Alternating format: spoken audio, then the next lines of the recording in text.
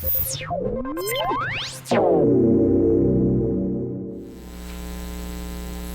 morning, everyone. Thank you for coming. I'd like to introduce our presenter, Suzy Scherf. She's presenting today on using online learning technology to improve social skills for individuals with autism. Thank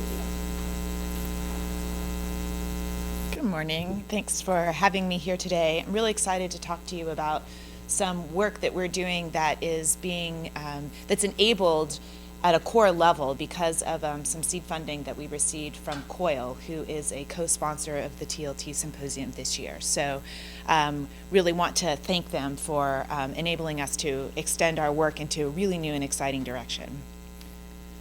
So to begin, I just want to give you a framework for understanding something about autism in the event that you don't know much.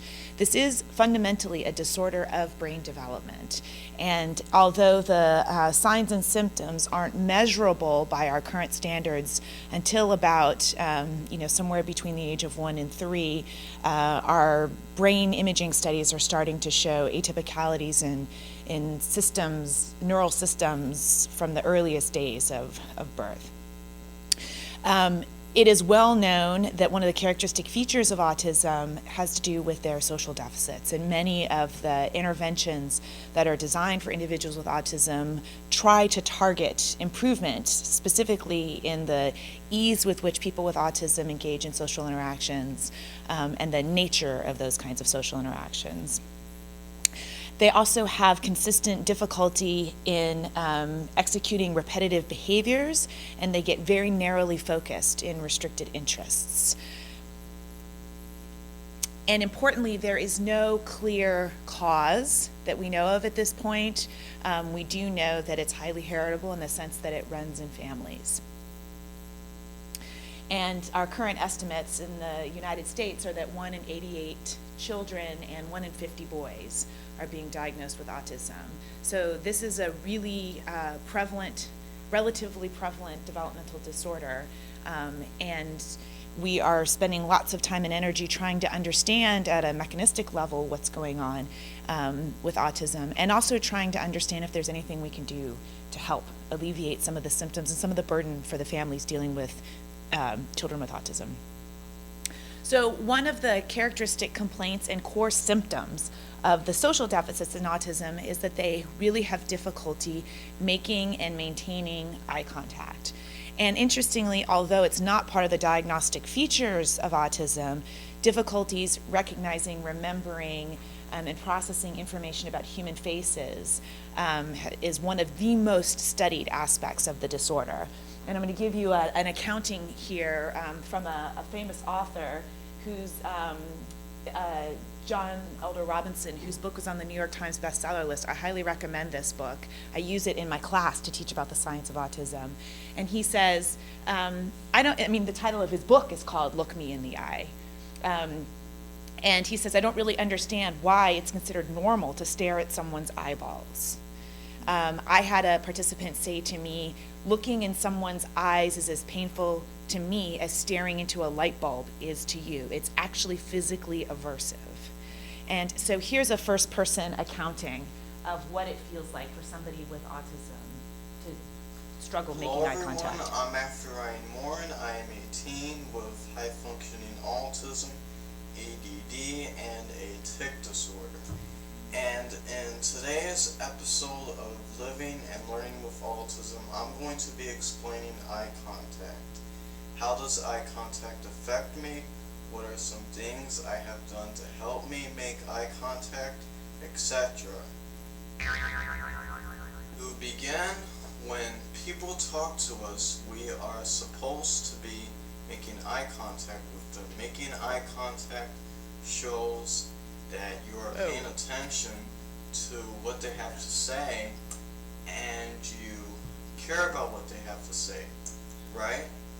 But now with individuals with autism like myself, we find it difficult to give eye contact. Almost all individuals with autism have that issue.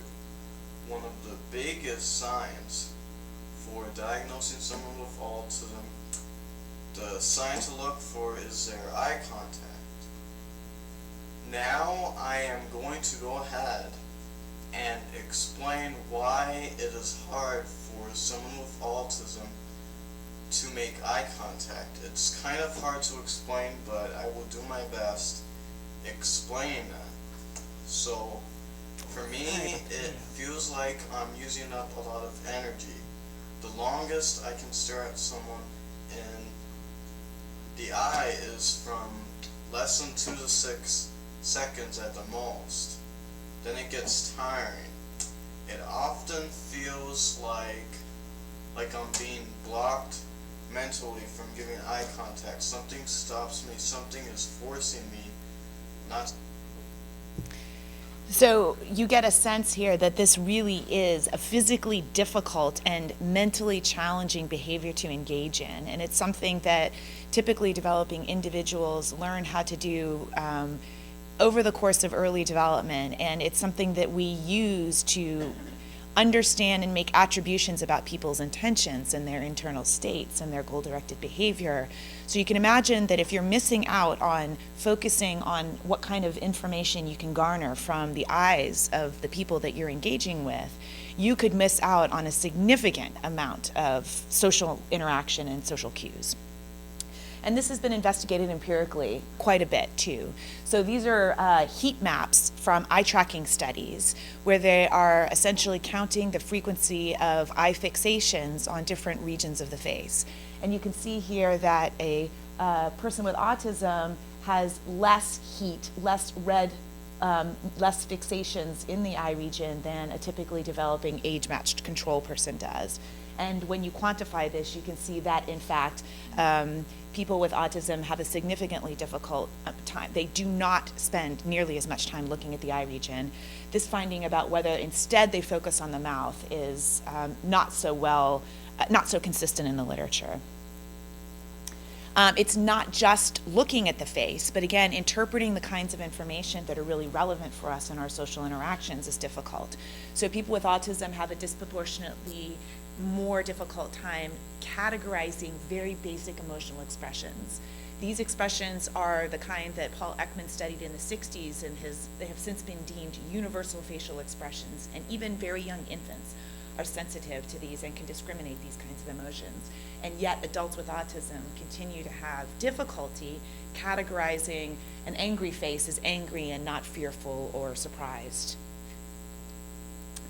In my own work, we've also shown that face recognition abilities are impaired, so being able to remember whose face that is. And when you give them a very simple task like this, where they have to study a target face and then it disappears and then they get the target face and a distractor face, and when we manipulate the relative visual similarity of the two faces, you can see that people with autism have a much harder time deciding among these two. They have a 50% chance, and yet they still have a difficult time with a 1 second delay period. You know, who's the face that you just saw? And this is less true when you give them objects to look at. They are not significantly different from their age-matched peers in this kind of task when it involves objects instead of faces. But interestingly, if you give them a set of novel objects that have some really important underlying characteristics that are similar to faces and that require similar processing demands and information processing strategies, then you start to see the difficulty emerge again. And we're going to come back to these little novel objects here. It turns out that there are some really interesting findings that some of these difficulties in face processing become particularly differentiated in the time period of adolescence. So these are data from Kirsten O'Hearn at the University of Pittsburgh, showing on a task of unfamiliar face recognition that children, typically developing children here in the open circles and children with autism, don't perform that differently. They're both terrible at it. However, in adolescence, typically developing individuals start becoming better at this task, and that continues into early adulthood, whereas for individuals with autism, they have this plateau in their behavioral performance.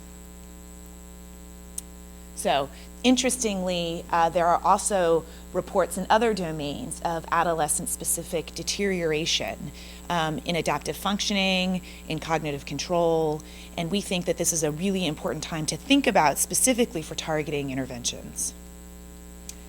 We've also done a lot of brain imaging to understand the underlying neural differences in individuals developing with autism. What I'm showing you here is an upside down brain that's been blown up like a balloon. Recall that in order for the brain to fit in your skull, the surface area has got to be, the volume has to be folded in order to get the amount of surface area to fit in there. So to see inside those folds, I've blown it up like a big balloon and flattened it out. And this is the back of the brain, and this is the front of the brain. And in the underneath side of the temporal lobe here, you have really beautiful topographic organization for different kinds of visual categories. In other words, in typically developing adolescents, in the red here are patches of brain regions that like faces more than other kinds of visual objects.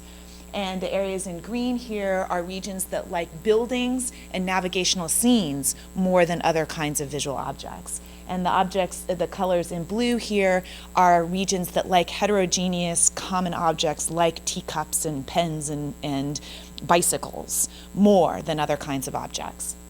And when we zoom in on one of those regions, this region that likes faces, and we plot the sort of magnitude of response, how strongly it responds to all these other visual categories, you can see it likes fearful faces, it likes neutral faces, and although it responds to, it likes less these other visual categories. So there's a very preferential kind of response in this region for faces.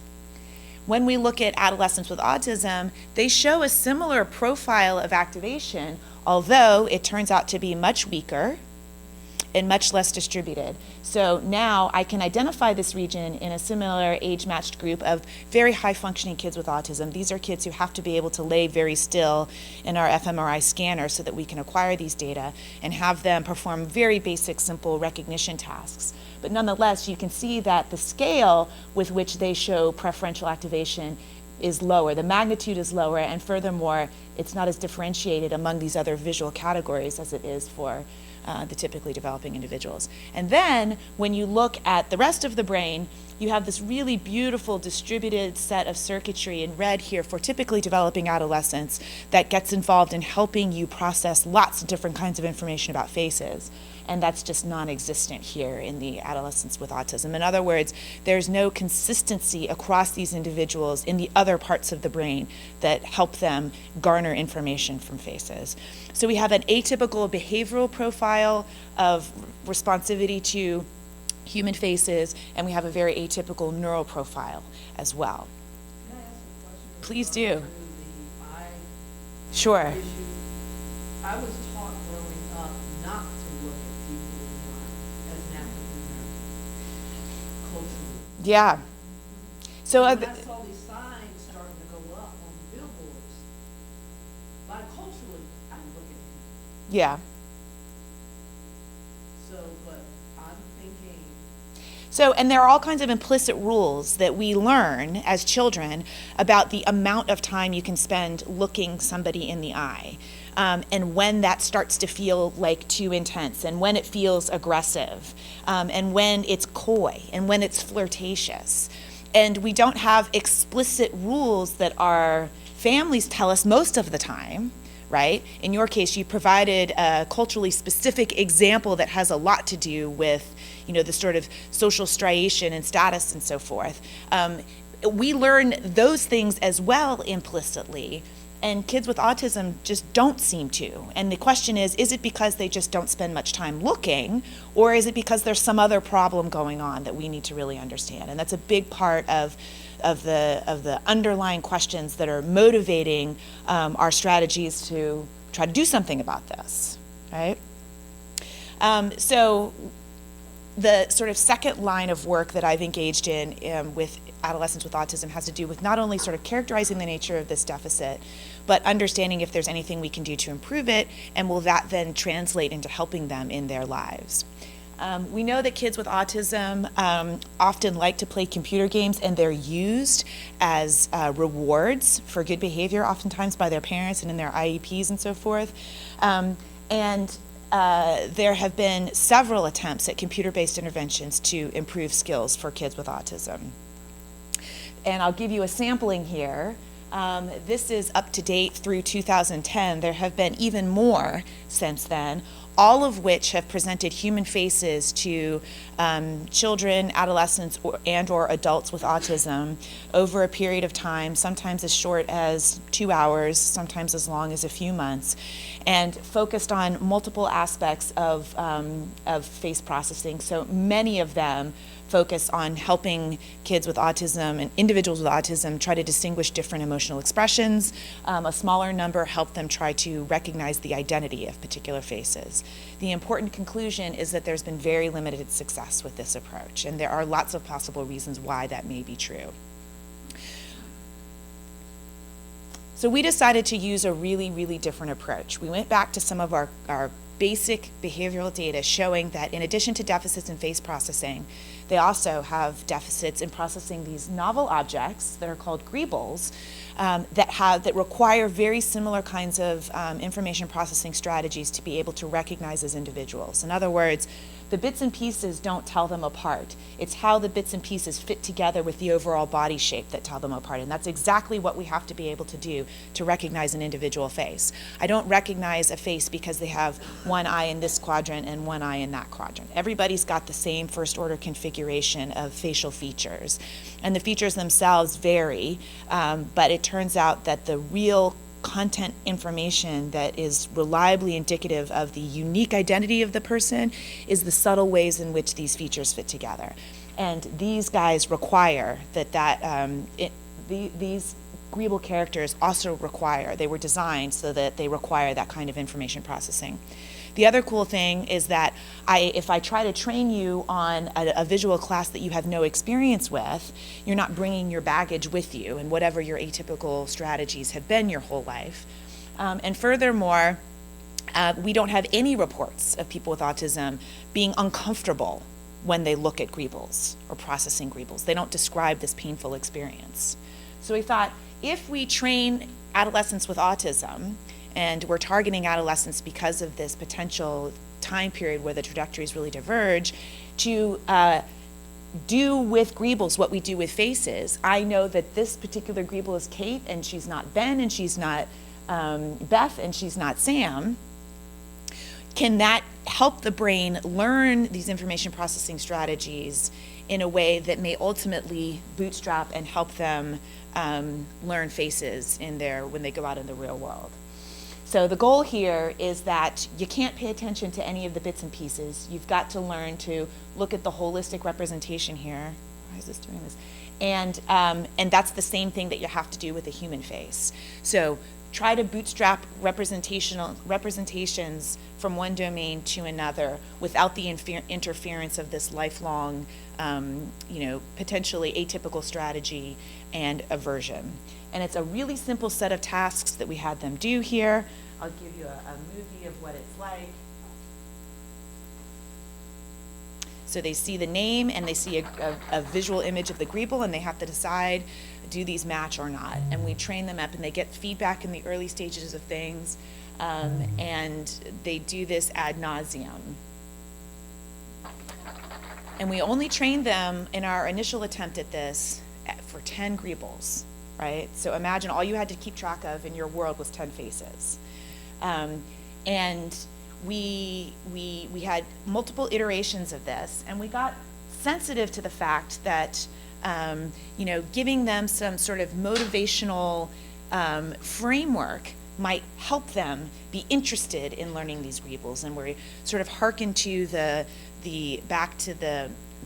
very limited gaming principles that have been utilized in the existing interventions. So we animated these greebles, and we embedded them in a detective theme. Okay, now that I've shown you what some of the greebles look like, we'll begin our training in the nation's capital, Washington, D.C.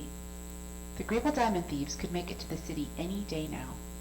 Our spies say that the thieves are getting close to finding the location of the Jupiter diamond, the secret vault within the Natural History Museum right here in Washington, D.C. Looks like I got you started just in the nick of time.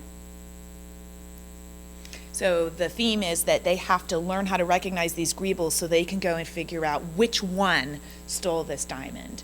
And they get feedback throughout their training, particularly with respect to, and the rewards are really these movies as they go along. Of course, we also gave them, sort of booklets of information so that every major chunk of training they did, they knew how much money they were earning along the way as well.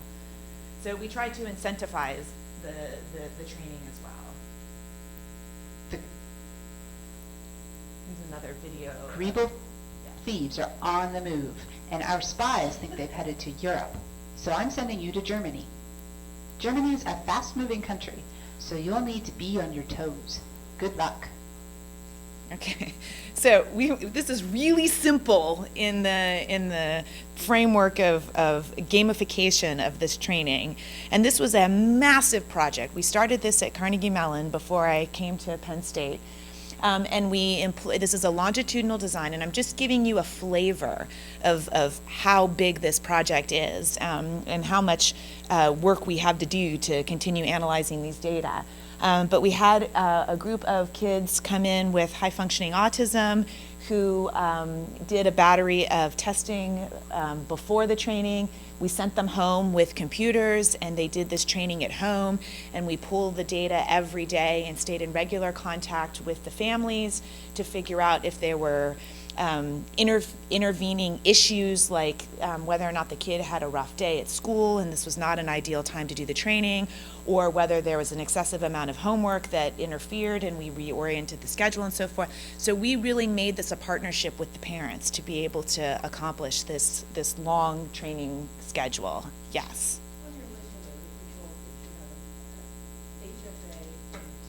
Yeah. So we have two control groups. We have kids with high-functioning autism who did not undergo the intervention but did these multiple testing points.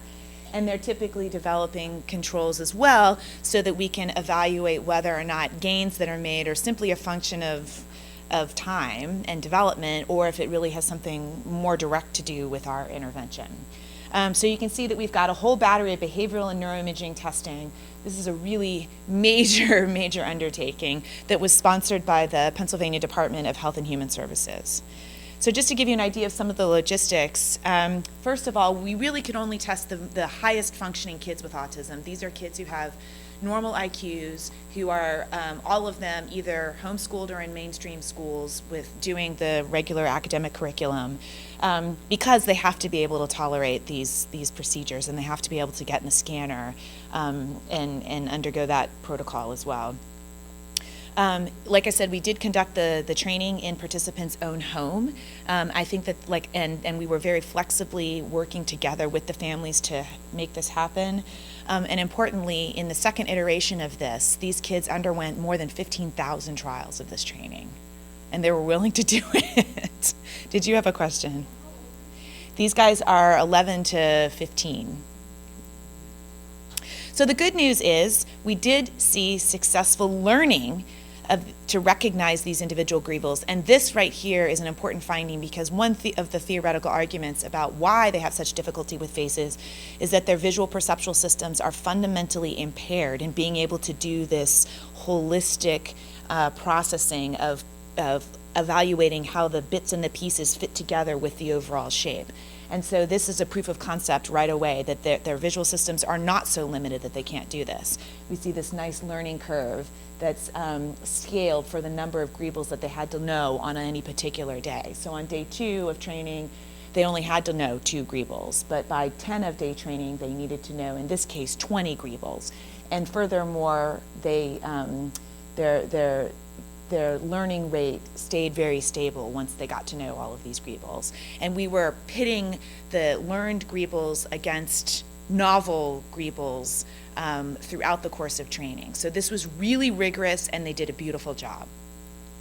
And furthermore, their accuracy, or the accuracy, the effort with which it took to get an answer correct, which is the inverse efficiency here, stabilized very quickly as well. So these guys did a beautiful job in the training phase of these grievables. And then the question is, well, what happens when we brought them back? Can they generalize their learning about this set of training grievables to do better recognition of brand new novel grievables? And the answer is yes. So this is a task that's designed to test that. This misaligned condition is really the fundamental test of this holistic processing, and sure enough, you can see that post-testing, this is where the disproportional improvement in behavioral performance is, indicating that they are using the information processing strategy that we were targeting. They can do this, okay? So that's not the fundamental problem. Interestingly, we also tested their performance in response to faces and another visual class of familiar objects, cars, and over the course of training, everything improved. So on the one hand, that's exciting, but on the other hand, we've not done anything specific or selective to help them in their face processing. And furthermore, when we look to see whether they're functioning in their life and the magnitude of their symptoms changed over the course of the intervention, the answer is no. Which leads us to the part of the endeavor that COIL has really gotten behind and sponsored for us. And that is, we started thinking about e-health interventions that have used serious games. And there are some amazing ones that help folks with Alzheimer's keep their motor behavior ongoing and active and stimulate cognitive abilities. There are serious games that help stroke patients do physical rehabilitation. There are one gamer designed a project, a game for his daughter who had cystic fibrosis because doing her breathing exercises was so painful that doing it in the context of a game made it easier for her. And one of the most famous examples is this game Remission that was designed to help adolescents who are undergoing cancer treatment stick with their medication regimen. And all of these have had wild success. This morning, as I was listening to our keynote speaker, and he really highlighted three major categories of or aspects that are critical to motivation, and it occurs to me that this is in fact what serious games target. They all target learning autonomy, making your own decisions.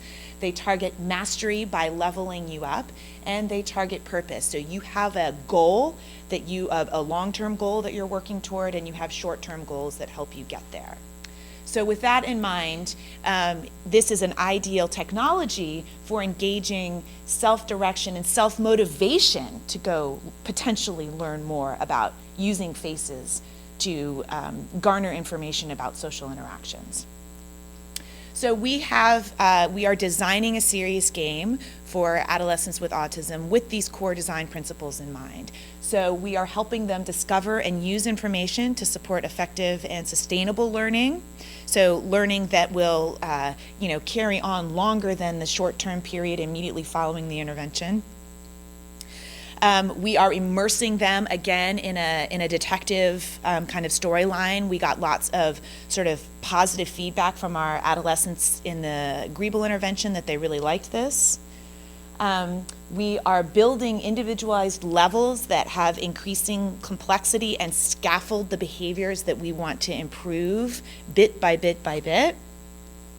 We are providing them immediate feedback in the context of the level, much of the time which is implicit. In other words, if you make a decision and it doesn't have the outcome that you wanted, you've learned that that wasn't an informative choice to make.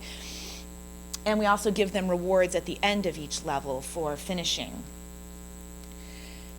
So the goal is to design a serious game that's going to help adolescents with autism specifically use eye information, and that is gaze and sort of the holistic or the configural properties of eyes for facial recognition, and to help decide what expressions they're seeing.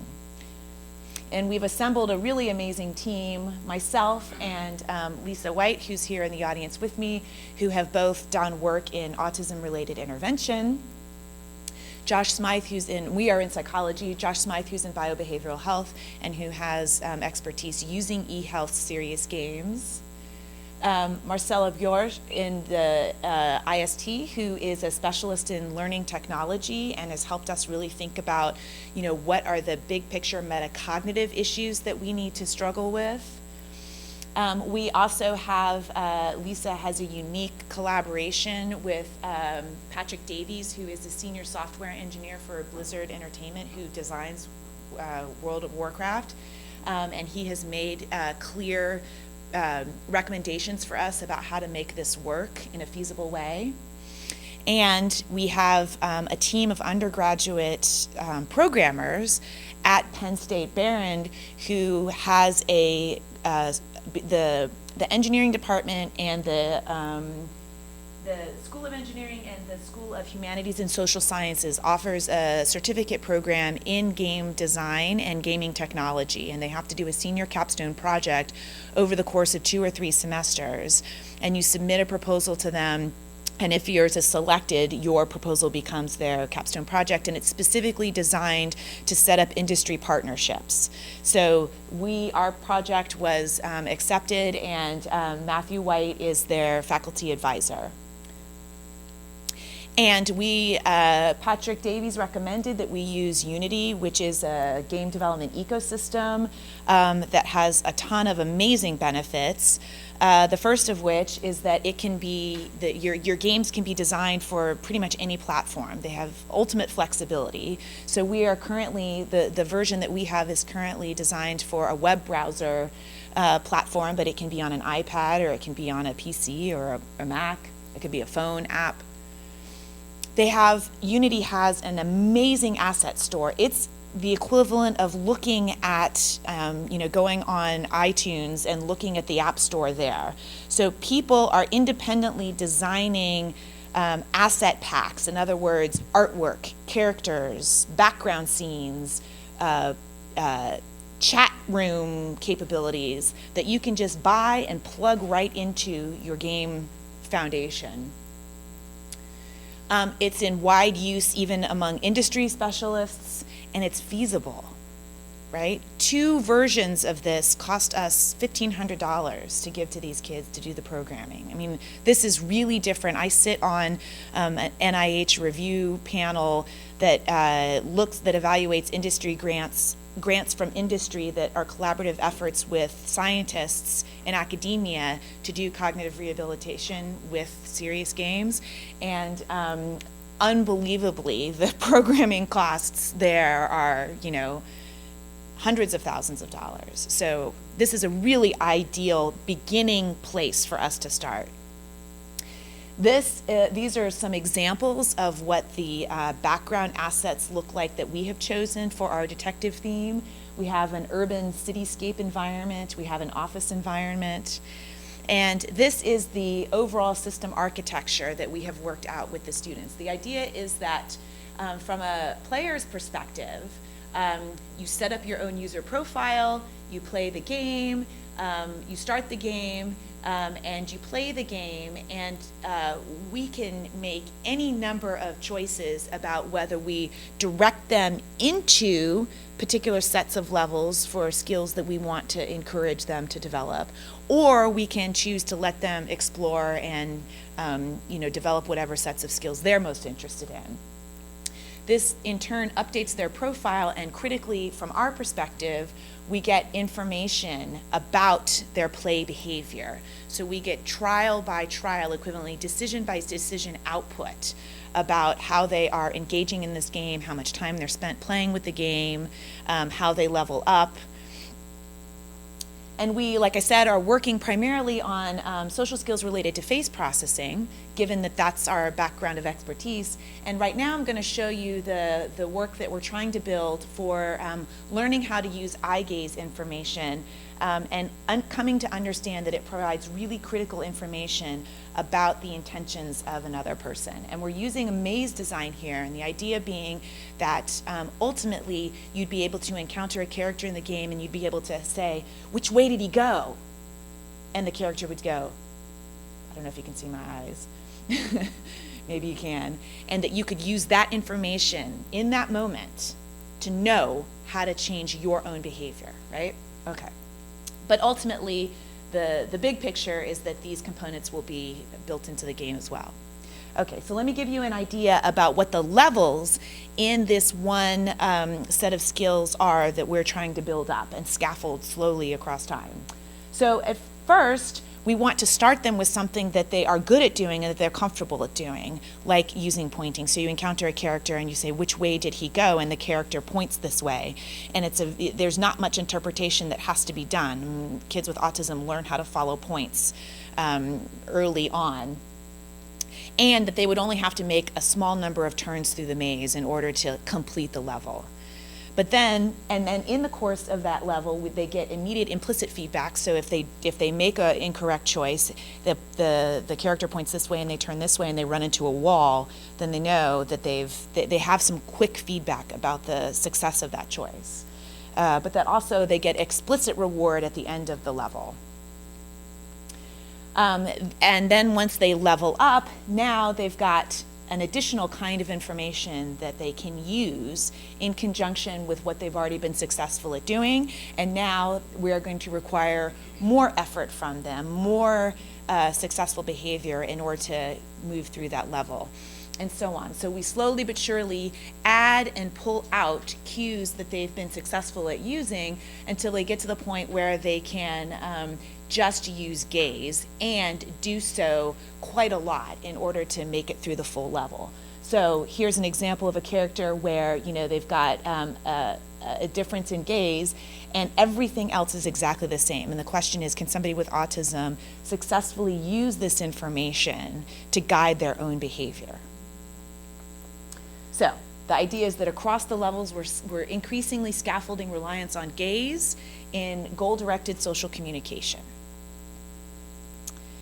And as they work through levels, they are building intrinsic motivation to practice skills that they're not very good at. They are developing autonomy in their own behavior in the game, and they are developing competence in this core skill that is symptomatic of the disorder and that we are trying to improve. The great thing is that what the students propose to us is that they program not the game for us, but they program what they call a level builder. So they're building the framework for us to then go in and have full control over all aspects of the game. So in other words, now we've got a framework of how to set up a level. Now we can go in and, based on our research, have clear influence on exactly what the goals and objectives are in that level, what the scripts are, what the nature of the interactions with the characters are, and what the behaviors are that we want to encourage. Also, like I said, because we need to empirically evaluate what is happening in the context of this training, they have also built in a way for us to collect data about the behavior of the participants during the gameplay. So here's what it looks like from the researcher's perspective when we want to go in and actually make the level our own level. We have the opportunity to open it and load whatever kinds of assets we want. So if we want to put this in the context of the urban scene, we can do that. If we want to put it in the context of the office scene, we can do that. We can edit the kinds of objects that are there. So what are the characters that they interact with? What are the objects that they interact with? Are there vehicles there? One thing that I think is going to be really interesting is eventually if we can pit objects that are oriented towards their restricted interest against the human character objects that they need to go to for content-based information to solve these problems. That's a whole other level of building on what we call cognitive control, right? They have to inhibit this strong desire to approach something that's really relevant and important to them and instead stick with the relevant information that's going to help them solve the problem related to the level. We can save the data and update it, we can export the information, and we can get content information about how they're behaving in the task. So I just want to give you, we are in the very early stages of this. We just got the sort of first little vision of what the potential for this is looking like. And we had someone in the lab play the game for a minute, and I'm going to show you the video of what his behavior in this game looks like. So these are the undergrads who've been programming this since December? January is when they started using it. Okay, so since January, this is what they have built for us already.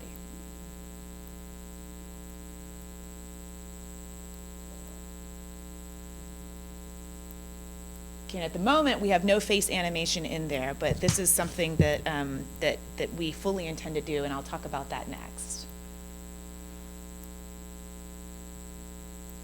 And of course, the scripts are not curtailed to anything that we've, implemented yet.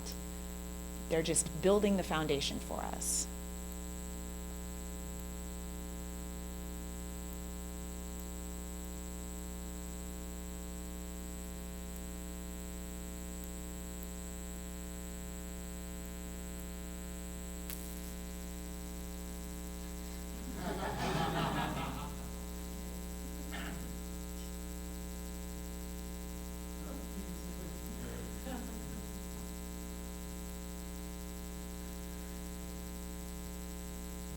So you can see they're having fun with us.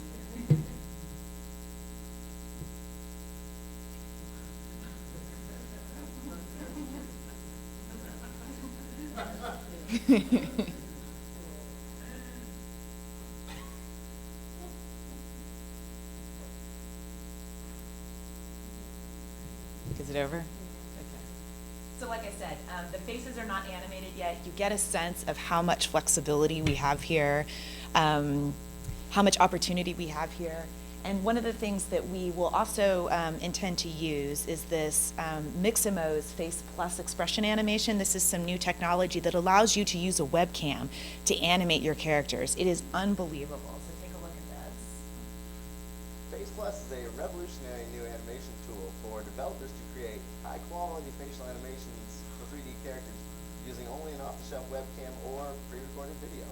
Face Plus works with both blend shape and bone-driven characters. A Unity plugin is available to record facial motion capture data. So again, because we're using Unity, they've developed this as a Unity plugin, essentially like a Unity app that we can then tack into our game and use a webcam, and you can see how beautiful this facial animation is, which is going to be really essential to our core questions about how to help folks with autism. Okay, so to wrap up, I just want to give you a sense about what our long-term goals are here.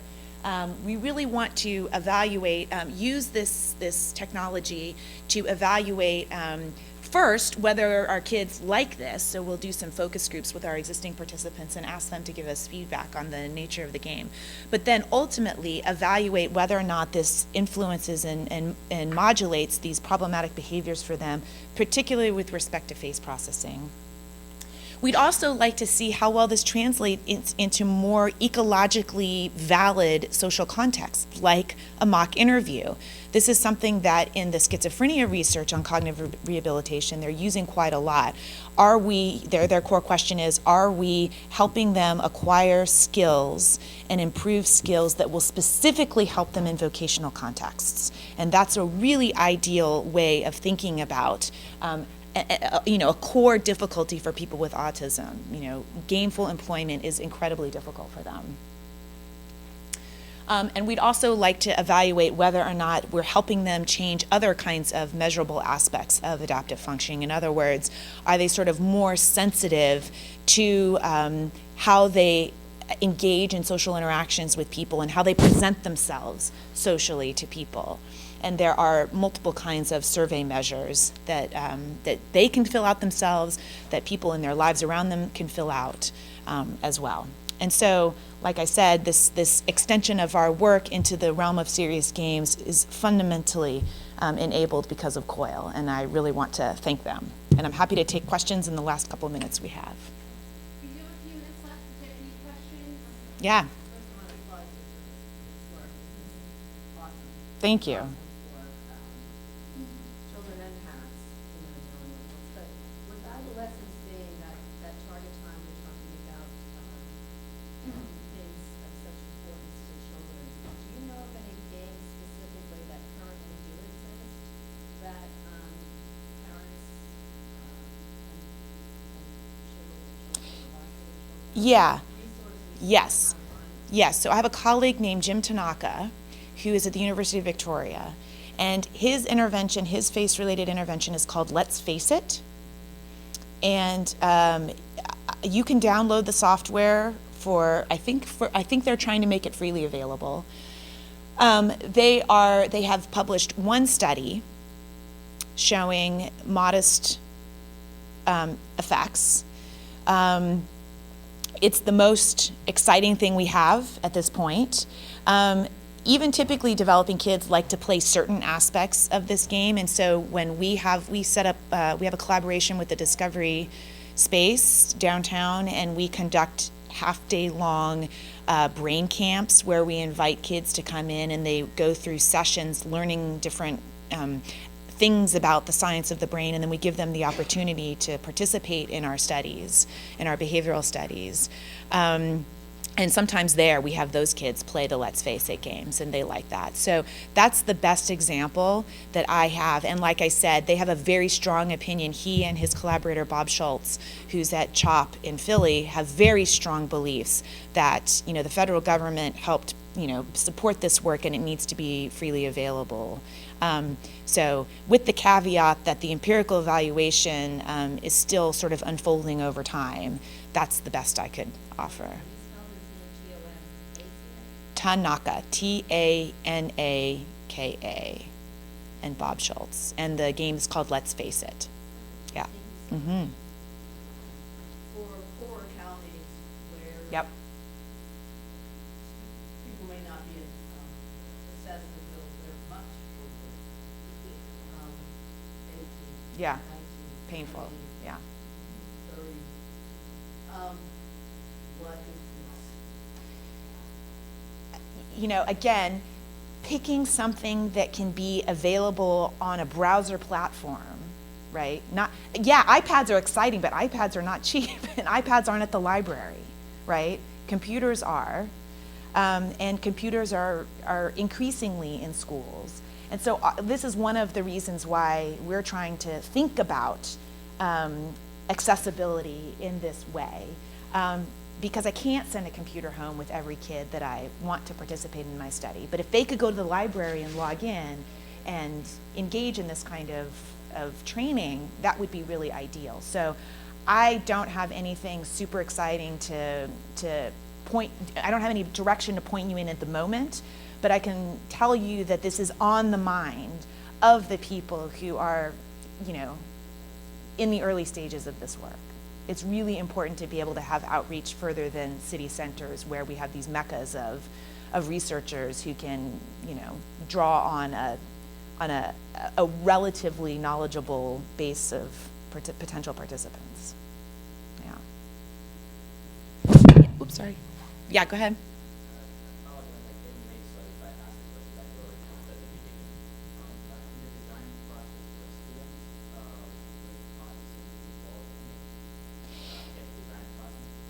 They were not designed, well, they have not been design partners in the sense that we asked them to give us ideas about what would be a good theme.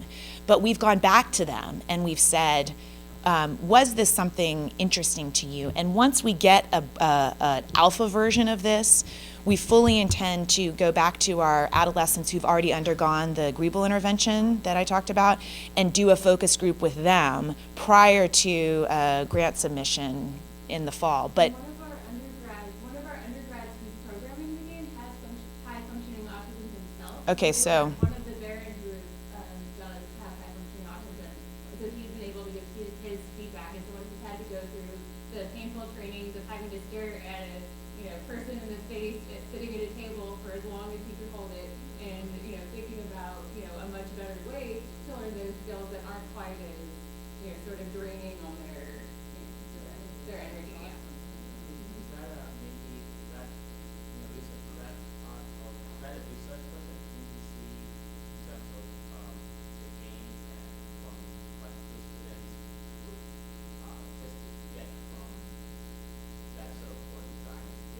Oh. Yeah. That's a great idea that has never occurred to me because I'm so focused on the other end of things. But I was thrilled when Lisa discovered the opportunity to have us work with undergrads who could do this for a whole range of reasons. And I don't have a partner collaboratively who has that kind of expertise. So, but that could surely be actually, one other caveat. One of the things that Marcella was very clear with us about is as I mentioned, this idea about the metacognitive, the role of metacognition about your performance in the game in helping to really solidify it and have breakthroughs in your skill acquisition and your competence and so forth. And as a result of those conversations, part of what we ultimately want to see in the game is multiplayer chat room interaction so that they can learn from each other about, hey, how did you make it through this level? I'm stuck here. And that they have an opportunity to pose questions and train each other and also reflect on what the difficult parts of the game have been or the successful parts of their game. So if they learn how to level through, can they write a little chat that says, I figured this out, and help their peers. So that is also a long-term, and maybe a little bit related to your question about whether or not the experience in going through the game can, and thinking about how you do in the game can influence your performance and your help with your peers. Yeah. Well, we are out of time. Lunch will be served in President's Hall, which is where we began this morning. Thank you, Suzy. That was Thank